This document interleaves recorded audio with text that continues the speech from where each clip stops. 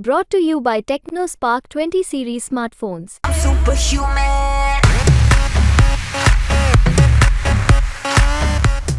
लोकसभा चुनाव की तारीखों का ऐलान हो गया है और मध्य प्रदेश में अलग अलग तारीखों में चुनाव होंगे, जिसमें 7 मई को ग्वालियर में चुनाव होगा। हमारे साथ में विभिन्न पार्टियों के लोग हैं और उनसे हम जानते हैं किस तरीके के इस बार कौन कौन से मुद्दे रहेंगे और किस तरीके का चुनाव होने वाला है 2024 का। क्या नाम है आपका? सत्येंद्र सिंह धाकड़। जी, आप कौन सी पार्टी से बिलोंग करते भारतीय जनता पार्टी से प्रदेश कार्य समिति सदस्य हूँ, किसान मोर्चा भारतीय जनता पार्टी। क्या मुद्दे रहेंगे इस बार चुनाव को लेकर? कोई मुद्दा नहीं है चुनाव में। एक तरफा भारतीय जनता पार्टी 400 प्लस सीटों के साथ सरकार बनाएगी। 400 प्लस सरकार बनाएगी। आपका क्या शुभ नाम है? मैं देशराज भार्गव एडवोकेट कांग्रेस का जिला प्रतिनिधि हूँ और स्टैंडिंग कमेटी का सदस्य हूँ। आज स्टैंडिंग कमेटी की मीटिंग हुई, तो क्या मुद्दे रहेंगे? जिस तरीके से आपने देखा भी भारतीय जनता पार्टी ये कह रहे हैं कि 400 पार का नारा है, कोई मुद्दा नहीं है। मुद्दा है बेरोजगारी का, युवाओं को रोजगार देने का मुद्दा है, बढ़ती हुई महंगाई का मुद्दा है, किसानों के साथ को एमएसपी लागू करने का, किसानों के साथ न्याय करने का मुद्दा है, सभी को साथ लेकर समावेशी विकास का। जो जिस प्रकार से भारतीय जनता पार्टी और इनके प्रधानमंत्री जो जुमलेबाजी करते हैं, जनता यह भी जानती है किस प्रकार से जनता को भ्रमित कर रहे हैं और बेरोजगारों को रोजगार नहीं मिल रहा है। लोग 5-5 हजार रुपए की नौकरी के लिए तड़प रहे हैं, अपना घर नहीं चला पा रहे हैं। मजदूरों की क्या स्थिति है, किसानों की क्या स्थिति है, और जिस प्रकार से सेना में कर्मवीर योजना इन्होंने लागू की है, उसके जरिए क्या बेरोजगारों को उनके अवसर ही खत्म कर रहे हैं, उनका जीवन बर्बाद हो रहा है। ये भी ठीक है, लेकिन कांग्रेस अभी तक प्रत्याशी घोषित नहीं कर पाई है। भारतीय जनता पार्टी ने सभी 29 के 29 प्रत्याशी घोषित कर दिए हैं। क्या कहेंगे? कांग्रेस पार्टी की अपनी एक प्रक्रिया है, उस प्रक्रिया के तहत प्रत्याशियों आज चुनाव की घोषणा हुई है। अब शीघ्र ही आपको कांग्रेस प्रत्याशी मैदान में दिखेंगे। बिल्कुल, तारीख की घोषणा हो गई है। कांग्रेस अपनी प्रत्याशी की तरह चुनाव में प्रत्याशियों को घोषित करती है, उसकी एक अपनी। आप क्या कहेंगे, किस तरीके के मुद्दे हैं इस बार चुनाव को लेकर? अब तारीख का भी ऐलान हो चुका है। जी, मैं क्या नाम है? आप अपना परिचय भी बता दें। मैं यशवंत पटवारी, लोकसभा संयुक्त सचिव हूँ आम आदमी पार्टी से। जी जी। और मेरा ये कहना है कि जैसा कि ये लोग कह रहे हैं कि 400 पार, मैं तो कहता हूँ कि इनकी तो अब की बार में जमानतें नहीं बचेंगी। ये तो झूठे जुमलेबाज हैं और सब जनता देख रही है। इन्होंने जो वादे किए थे उन पे एक भी खरे नहीं उतरे हैं ये लोग। इसलिए हम लोग अब की बार में भाजपा को हराने के लिए पूरी दमखम लगाएंगे और अगर हमारी पार्टी चुनाव नहीं लड़ती है तो हमारा अलायंस है कांग्रेस के साथ। लेकिन अभी मध्य प्रदेश के चुनाव हुए, उसमें तो कुछ नहीं, 160-66 पहुंची है पार्टी। वो ठीक है, मध्य प्रदेश में अभी शुरुआत है, लेकिन हमारी गुजरात, पंजाब, दिल्ली, हरियाणा इसमें पार्टी बहुत मजबूत है और हम लोग जो है लगभग जो है 30 सीटें जीतेंगे लोकसभा की। उसके बाद हरियाणा और उत्तर प्रदेश कवर करेंगे धीरे धीरे। इंडिया गठबंधन का एक ही प्रत्याशी आएगा कि यहाँ भी कुछ अलग अलग रहेंगे? मध्य प्रदेश में है गठबंधन? मध्य प्रदेश में जहाँ तक है कि चुनाव नहीं लड़ रही है हमारी पार्टी, मध्य प्रदेश में नहीं लड़ रही है, लेकिन हम लोग जो है कांग्रेस का सपोर्ट करेंगे। ग्वालियर में क्या देखते हैं कि क्या मुद्दा हावी रहेगा? और कांग्रेस का अभी तक प्रत्याशी आया नहीं, भारतीय जनता पार्टी ने घोषित किया है। क्या लग रहा है आपको? और आपका परिचय क्या है वो भी बता। मेरा नाम मोहन सिंह पाल है, ग्वालियर जिला अध्यक्ष ग्रामीण से हूँ। बेरोजगारी का मुद्दा रहेगा, आम आदमी पार्टी से। बेरोजगारी का मुद्दा रहेगा, शिक्षा का रहेगा, स्कूल, सरकारी स्कूल बड़े तादाद में बंद हो गए हैं और भ्रष्टाचार है। बॉन्ड नया जुमला आया है बॉन्ड का, ये भी बहुत बड़ा घपला है। ये शायद मुझे लगता है दुनिया का सबसे बड़ा घपला है जो अभी अभी सुप्रीम कोर्ट ने दिखाया है। दुनिया का सबसे बड़ा घपला है? क्या कहेंगे? क्या दुनिया का सबसे बड़ा जो बॉन्ड का ये बता रहे हैं आम आदमी की पार्टी की सबसे बड़ा घपला है, आरोप लगा रहे हैं, तो आप भाजपा के क्या कहेंगे? इनके पास कोई मुद्दा नहीं है, केवल आरोप लगाना इनका काम है।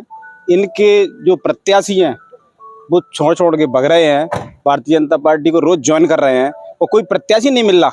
इस समय राम राज्य चल रहा है, भारतीय जनता पार्टी की मोदी की लहर चल रही है।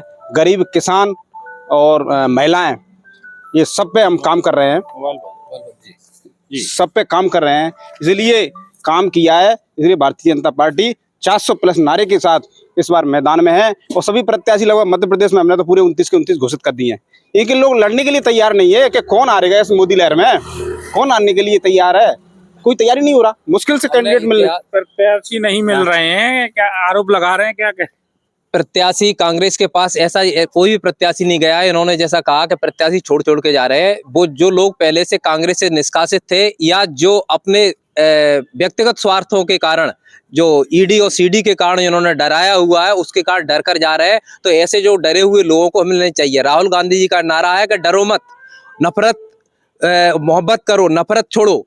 दूसरी बात, इन्होंने जिस प्रकार से जो मोदी लहर की इस प्रकार की बातें कर रहे हैं, तो आप इतिहास में जाना चाहूंगा मैं। इतिहास में जब सन 1977 के इलेक्शन हुए थे, इंदिरा जी के द्वारा जब चुनाव कराए गए थे, उधर मंत्रिमंडल के द्वारा कब हमारी सरकार बन रही है, तो हमारी पार्टी की, कांग्रेस पार्टी की, इंदिरा जी का भी जनता जब खिलाफ थी तो क्या असर कर दिया था। उसके बाद इन्होंने फील गुड में अटल बिहारी वाजपेयी जी ने जब वो चुनाव कराए, इलेक्शन कराए, उसमें भी अटल जी की सरकार धराशायी हो गई। जब जब घमंड हुआ है और जनता से सत्ता टकराई है, तब जनता ने इनको सबक सिखाया है और जनता मोदी जी को सबक सिखाएगी। और इस भाजपा की 200 सीटें भी नहीं आएंगी जो इस प्रकार 400 की बातें कर रहे हैं। 200 सीटें भी नहीं आएंगी जिस तरीके से जनता ने। आपका क्या नाम है और आप कौन सी पार्टी से? मैं भारतीय जनता पार्टी से हूँ, राम नरेश पाराशर नाम है मेरा और जिला कार्य समिति सदस्य हूँ। ये आरोप लगा रहे हैं 200 भी पार नहीं कर पाएंगे, कांग्रेस कह रहे हैं, क्या कहेंगे? करीब करीब 450 सीटें आ रही हैं और पूरे देशवासियों के सहयोग से ही आएंगी। पार्टियां तो कुछ भी कहती रहती हैं, परंतु मोदी जी ने जो कार्य किए हैं और विकास जो भारतवर्ष में किया है, उसके साथ सारी जनता खड़ी हुई है।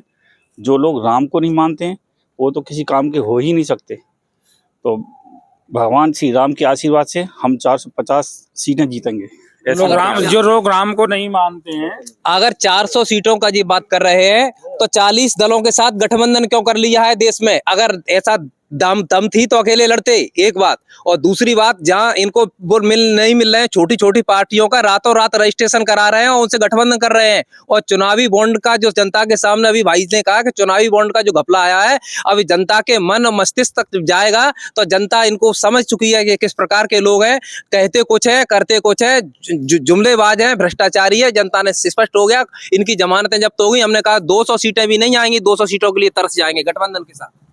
जी आप भी आम आदमी पार्टी से, क्या नाम है? मेरा नाम गौरव सक्सेना है और जिला क्या कहेंगे? अभी भाजपा और कांग्रेस दोनों लोगों के आपने विचार सुनिए, आप क्या कहेंगे इस बार क्या पोजीशन होने वाली? देखिए, भाजपा या कांग्रेस सीटों पे बातें कर रही है, आम आदमी पार्टी सीटों पे बात ही नहीं करना चाहती है, मुद्दों पे बात करना चाहती है आम आदमी पार्टी। आम आदमी पार्टी कहती है कि हम शिक्षा पे काम करेंगे।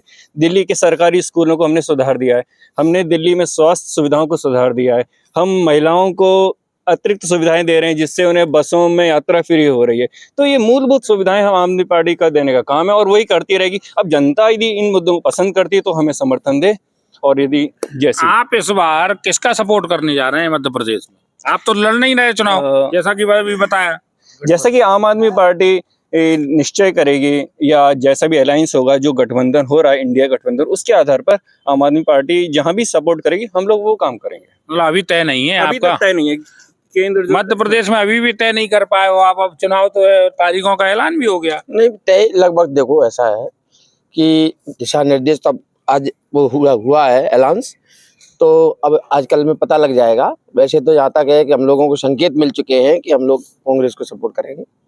जिस तरीके से जो भारतीय जनता पार्टी ने विधानसभा में चुनाव हारे हुए पूर्व मंत्री भारत सिंह को उतारा है, तो किस ढंग से आप लेंगे उस? भारत सिंह कुशवाहा को भाजपा वाले ही हजम नहीं कर पा रहे हैं और कांग्रेस और जनता की तो बात अलग है। कांग्रेस ऐसा प्रत्याशी, विजयी प्रत्याशी उतारेगी और निश्चित रूप में 2-3 दिन के अंदर कांग्रेस का प्रत्याशी मैदान में होगा। भाजपा वाले हजम नहीं कर पा रहे हैं क्या? ये किस तरीके का आरोप लगा रहे हैं? केवल ये इनका सोच है। हमारे यहाँ सर्वे, लेकिन आपकी बहुत बड़ी पार्टी है, तो प्रत्याशियों की आप पे भी कमी रही कि जो विधानसभा का चुनाव लड़ चुके उन लोगों को चुनाव लड़ाया जा रहा है? हमारे पास कोई कमी नहीं है हारे हुए प्रत्याशियों को। नहीं, हारे हुए की वो नहीं है, लेकिन लगभग कुशवाहा वोट भी 2.5 लाख है इसमें अपने लोकसभा क्षेत्र में। और सर्वे के आधार पर हमारा वरिष्ठ नेतृत्व, हमारे देश का नेतृत्व तय करता है कहाँ किसको लड़ाना है। ये हमारे वरिष्ठ नेतृत्व का निर्णय है और हम लाखों वोटों से ग्वालियर लोकसभा चुनाव जीतेंगे। क्या सर्वे में नाम था? हाँ, सर्वे में तो नाम था उनका। लेकिन भाजपा के कई लोग कहते हैं कि नहीं था सर्वे में। गलत बात है, ऐसा नहीं। वो हमारे वरिष्ठ नेता है। ये देश की विश्व की सबसे बड़ी पार्टी, फिर भी प्रत्याशी जैसे आप लोगों दूसरे लोगों को क्यों नहीं है भारतीय जनता पार्टी ने? ऐसा कुछ नहीं। प्रत्याशी हम सभी प्रत्याशी हैं। भाजपा का हर कार्यकर्ता प्रत्याशी है और हर कार्यकर्ता प्रत्याशी बन के चुनाव लड़ेगा और भाजपा को जिताएगा। क्या ग्वालियर के जिस तरीके से पिछले 15-20 साल में विकास नहीं हो पाया, इंदौर और भोपाल बहुत आगे निकल गया है, क्या मानते हैं इसमें कहाँ कमजोरी रही? 18 साल से भाजपा की प्रदेश में सरकार है और 10 साल से केंद्र में सरकार है। जिस प्रकार से यह इस प्रकार आरोप लगाते हैं तो ये नेहरू जी पर पहुंच जाते हैं। जिस प्रकार से ग्वालियर में विकास, इनके सांसद रहे, मंत्री रहे, सरकार रही और नगर निगम में अभी 1 साल से कांग्रेस की महापौर है, 1-1.5-2 साल से, लेकिन इसके बाद नगर निगम में इनकी सरकार 57 साल से रहे, लेकिन ग्वालियर विकास में बिल्कुल पिछड़ा हुआ है। केवल वही हमने आपसे कहा, केवल ये जुमलेबाज करते हैं, झूठे वादे करते हैं, धरातल पर कुछ नहीं करते हैं। आप इंदौर और भोपाल की तुलना में ग्वालियर को कहाँ देखते हैं विकास के नजरिए से? ग्वालियर में भारतीय जनता पार्टी की सरकार ने बहुत काम किया है। इंदौर और भोपाल की तुलना में कहाँ देखते हैं ग्वालियर को विकास की? इंदौर और भोपाल की तुलना में भी ग्वालियर काफी उसके समकक्ष खड़ा हुआ है। ग्वालियर में भी आप देख लीजिए, 600 करोड़ रुपए का अभी एयरपोर्ट का नया शिलान्यास, नया उद्घाटन हुआ है। हमारे नागरिक उड्डयन मंत्री श्रीमती ज्योतिरादित्य सिंधिया, माना जा रहा था वो यहीं से चुनाव लड़ेंगे, ये इसलिए पूरे विकास कार्य कराए जा रहे थे। पार्टी का निर्णय है, जहाँ पार्टी लड़ाएगी वहाँ। आप क्या मानते हैं भोपाल और इंदौर की तुलना में कहाँ है ग्वालियर? भोपाल भाई साहब राजधानी है और बहुत पहले से विकसित है। ग्वालियर तो अविकसित था, परंतु जब से 2003 से भारतीय जनता पार्टी आई है, आप और मैंने भी शायद देखा होगा गुरुद्वारे का नज़ारा। आपने देखा था? ऊंट पुल का नज़ारा देखा था आपने? घंटों मतलब आप ये समझ नहीं सकते। हाँ, यदि हम थाटीपुर से बाड़े जाते थे कम से कम 1-1.5 घंटा लेके चलना पड़ता था। आज हम मात्र 15 या 12 मिनट के अंदर बाड़े पहुंच जाते हैं। हाँ, वो तो खैर यातायात की व्यवस्था सभी लोग जानते हैं ग्वालियर की कैसी है। भाजपा का ही आप कहाँ मानते हैं ग्वालियर किस स्थिति में खड़ा है आज इंदौर और भोपाल इसकी तर्ज पे? देखिए, भारतीय जनता पार्टी सिर्फ मीडिया के साथ प्रचार ज़्यादा करती है, अखबारों में डेली वो दिखाई देती है सुबह शाम, और वो तो केवल जुमलेबाज हैं, कहीं कुछ हो नहीं रहा है। आज शिक्षा का देखिए आप, एक 8वीं का लड़का हिंदी की किताब नहीं पढ़ पाता है। सरकारी स्कूल बंद किए जा रहे हैं लगातार। जिस देश में शिक्षा ही ध्वस्त हो जाएगी उस देश का क्या हाल होगा, ये सब लोग जानते हैं। शिक्षा ध्वस्त की जा रही है। स्वास्थ्य के हिसाब से देख लीजिए आप, लोग परेशान हैं। और भी पार्टियों के कोई चुनाव लड़ेंगे या बसपा वगैरह लड़ेगी? अब बसपा के बारे में तो बसपा वाले से पूछो आप लोग राजनीतिक व्यक्ति हैं, एक दूसरे की भी खबर रखते हैं, क्या लग रहा है कौन सी पार्टी के चुनाव लड़ सकते हैं? हाँ, बसपा तो लड़ेगी शायद चुनाव, बसपा तो लड़ेगी। क्या मानते हो आप, प्रत्याशी घोषित करेगी अन्य पार्टियां? ये उनका अपना निर्णय है, लड़े या नहीं लड़े वो मैं उस पर। कांग्रेस की चिंता है? मैं कांग्रेस की चिंता, कांग्रेस अपनी चिंता करे, हमें किसी की चिंता नहीं। क्या मानते हैं आप? चुनाव लड़े, पार्टी लड़ेंगी जिनका बच्चा होगा। दूसरी बात कहना ये है कि चुनावी बॉन्ड के जरिए, भ्रष्टाचार के जरिए जिस प्रकार से इलेक्टोरल बॉन्ड का पर्दाफाश हुआ है, आपने देखा किस प्रकार से इन्होंने अन्य पार्टियों की कमर तोड़ दी है। सारा चंदा भ्रष्टाचारियों का भाजपा ने ले लिया है और भाजपा ने जो नकेल कस दी है कि भैया पैसा इधर आएगा, अकेले नहीं करोगे। इस प्रकार से ईडी सीडी का दुरुपयोग करके जिस प्रकार से एक तरफ भारतीय जनता पार्टी को जितना इलेक्ट्रॉनिक बॉन्ड के जरिए चंदा मिला, उतना उससे अधिक और उतना ही सारी पार्टियों को, हिंदुस्तान में जितनी पार्टियां हैं उनको बराबर चंदा मिला। इस चुनाव में ये मुद्दा हावी रहेगा? बिल्कुल निश्चित रूप से ये मुद्दा जो इलेक्ट्रॉनिक बॉन्ड का आज आया है, जो राहुल गांधी कम से कम 2 साल से इस प्रकार से चिल्ला रहे हैं, चिल्ला कर जनता को बता रहे हैं किस प्रकार से भारतीय जनता पार्टी संस्थाओं का दुरुपयोग करके इसका चंदा के रूप में इस प्रकार के नया भ्रष्टाचार का एक तरीका अपनाया हुआ है और इस धन का उपयोग भारतीय जनता पार्टी। इस मुद्दे का असर पड़ेगा? आप क्या मानते हैं कि इस मुद्दे का असर पड़ेगा? ये कह रहे हैं इस मुद्दे का तो बहुत असर पड़ेगा। कोई मुद्दा नहीं है, मैं पहले आपको कहा कोई मुद्दा नहीं है।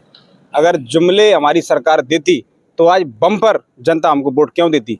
मध्य प्रदेश में हम 163 सीट के साथ फिर बम्पर मेजोरिटी के साथ सरकार बनाई है। इसी तरह देश में भी प्रधानमंत्री नरेंद्र मोदी जी के नेतृत्व में इतने काम हुए हैं कि जनता फिर 400 पार करेगी। ये हमारा जनता फिर 400 पार करेगी। जुमले अगर हम देते तो जनता हमें बम्पर वोट क्यों देती, ये भाजपा के लीडरों का कहना है। सर्वेश पुरोहित, MP तक, ग्वालियर।